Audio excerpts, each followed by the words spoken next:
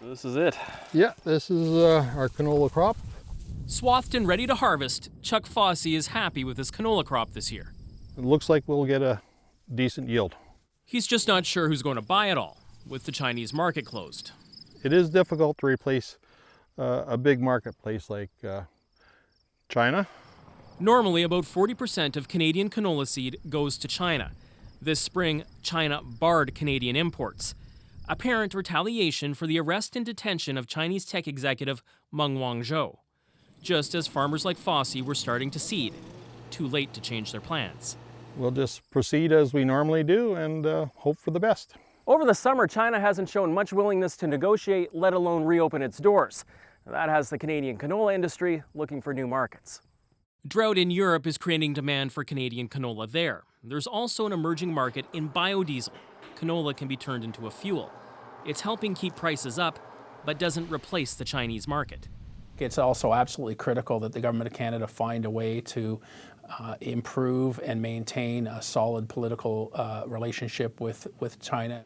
The Foreign Affairs Minister concedes it's been challenging. We do continue at officials level to have regular, even frequent contact with Chinese officials. Well, I did my part, Mother Nature did their part. Now you just need the politicians to pull through. Yeah, well, it'd be nice. Politicians would get in there and work maybe a little harder. In the meantime, harvest continues. That crop needs to go somewhere. Cameron McIntosh, CBC News, near Starbuck, Manitoba. I'm Rafi Bujikanian. I'm here in Bentley, Alberta, where wheat farmers are experiencing quite the opposite scenario. It's not quite harvest season for Jason Lenz yet, but it's close enough for him to check on his grain truck and start to check on his crops. We still have some green stems here. Along with wheat, Lenz grows canola and barley, a mix that's coming in handy this year. Wheat's a big moneymaker. It's been a bit of a bonus for us, but China has almost tripled their imports of Canadian wheat over this past year. There are few options for China when it comes to wheat.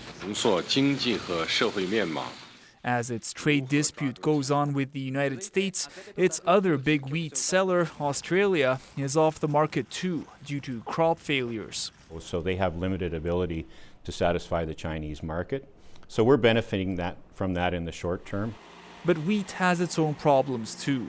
Italy introduced country of origin labeling 2 years ago, shutting Canadian durum wheat out. We have far too many trade irritants in the world right now. Instability that's just bad for business. Steve is not hopeful for help from Ottawa. We're going into a period of the next 2 months where the federal parties will be in the election mode, and there probably will not be a lot of progress made on these files. Back in Bentley, some of those things are out of our control. And Jason Lenz says he'll have to get used to unpredictable politics along with unpredictable weather. You got to take some of the good with the bad as well. Rafi Bujikanian, CBC News, Bentley, Alberta.